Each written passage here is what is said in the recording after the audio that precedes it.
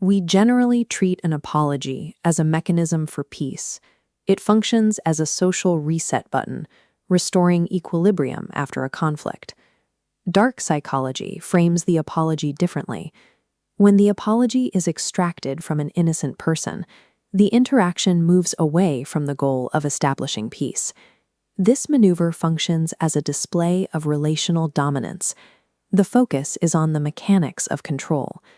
Applying standard, good-faith conflict resolution tactics to a manipulator rarely yields a traditional result. The communication tools used to mend a relationship are instead redirected against the accuser. Viewing these interactions through the lens of conflict resolution becomes a tactical vulnerability. The apology marks the end of a confrontation, but it does so through the exhaustion of the target. The clinical term for this specific behavioral architecture is guilt conditioning. It is common to misdiagnose blame shifting as a random emotional outburst. In reality, these interactions often follow a systematic algorithm. This system is best understood as the mirror trap. This architecture operates in 3 distinct phases: bypassing the transgression, weaponizing the reaction, and enforcing submission. By mapping this process chronologically, we can observe how a legitimate, evidence-based confrontation is converted into an apology from the victim. The mirror trap relies on its camouflage. The systematic nature of the interaction is often hidden behind the chaotic facade of an everyday argument. The sequence initiates with a starting condition, a legitimate confrontation. The target approaches the manipulator and presents objective evidence of a broken promise or a lie. This diagram illustrates the manipulator's immediate defensive reflex. Instead of absorbing the data or attempting to defend the action, a hard block is established. The trajectory of the argument is then sharply redirected. The objective evidence is set aside. The analytical focus of the conversation moves to the accuser. The subject shifts from the evidence to the accuser's method of delivery or their emotional state. This rapid redirection serves to paralyze the original argument before it can be processed or addressed. It induces cognitive dissonance. The accuser, who arrived with facts, suddenly finds themselves defending their own tone of voice. The speed of this transition is intentional.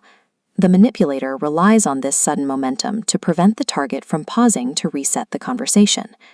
Genuine defensiveness often involves making excuses or showing signs of panic. This maneuver is characterized by a more calculated, clinical deflection. Phase 1 succeeds by changing the variable under investigation. The focus shifts from the manipulator's action to the accuser's reaction. Once the focus has shifted, the manipulator begins to fabricate a new narrative. The accuser's frustration regarding the broken promise, a normal response to a betrayal of trust, is analyzed and pathologized. The manipulator applies specific labels to the interaction, often designating the act of confrontation as toxic or abusive. We can observe this on an argument timeline as a process called variable erasure. In this step, the initial action block is removed from the sequence. Removing the initial crime severs the cause and effect relationship of the argument. Within this newly fabricated reality, the manipulator assumes the role of the victim. For the true victim, seeing their reality rewritten in real time induces psychological disorientation. The manipulator reinforces this new story by feigning deep emotional injury, acting wounded by the confrontation itself. Under the weight of this performance, the true victim begins to question their own memory and the reasons the confrontation started. As the fabricated narrative solidifies, the tension escalates, leaving the true victim isolated on the defensive. By the close of Phase 2, the original transgression is no longer the subject of the argument. The manipulator's manufactured reality presents the accuser as the sole aggressor. At this stage, the true victim is exhausted and disoriented. They are looking for a way to escape the manufactured tension.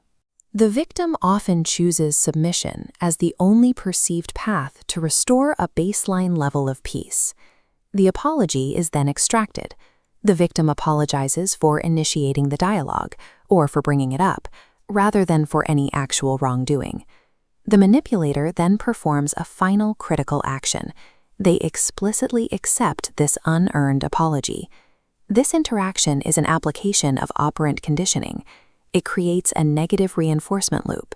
The immediate relief that follows the end of the argument serves as a reward for the act of submitting. The manipulator uses that relief to link the act of speaking up with intense, prohibitive guilt. This extracted apology serves to shield the manipulator from future accountability regarding the original lie. The victim is left carrying an emotional weight that was projected onto them during the exchange. The apology is the payload of the conditioning process. It aims to guarantee the manipulator's future behavioral immunity by teaching the victim to silence themselves. We have now tracked the entire chronological journey. What began as an evidence-based confrontation concludes in a localized surrender. The apology functions as the targeted objective, sought from the moment the evidence was presented. This diagram shows the completed system in motion. It isolates the victim, using their own desire for healthy resolution as a point of leverage.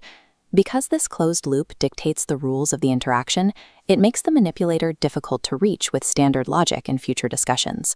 The mirror trap is a self-sustaining system of dominance that utilizes the victim's empathy to protect the manipulator's actions. Living within this conditioned environment has long-term consequences for the target. The victim carries a significant emotional burden, holding not only their own perceived guilt, but the projected actions of the manipulator. This creates a sense of isolation. In this distorted reflection, the victim may find it difficult to trust their own perception of events. The final result of the mirror trap is a redistribution of responsibility. The architect of the guilt remains unburdened, while the innocent party carries the weight of the transgression.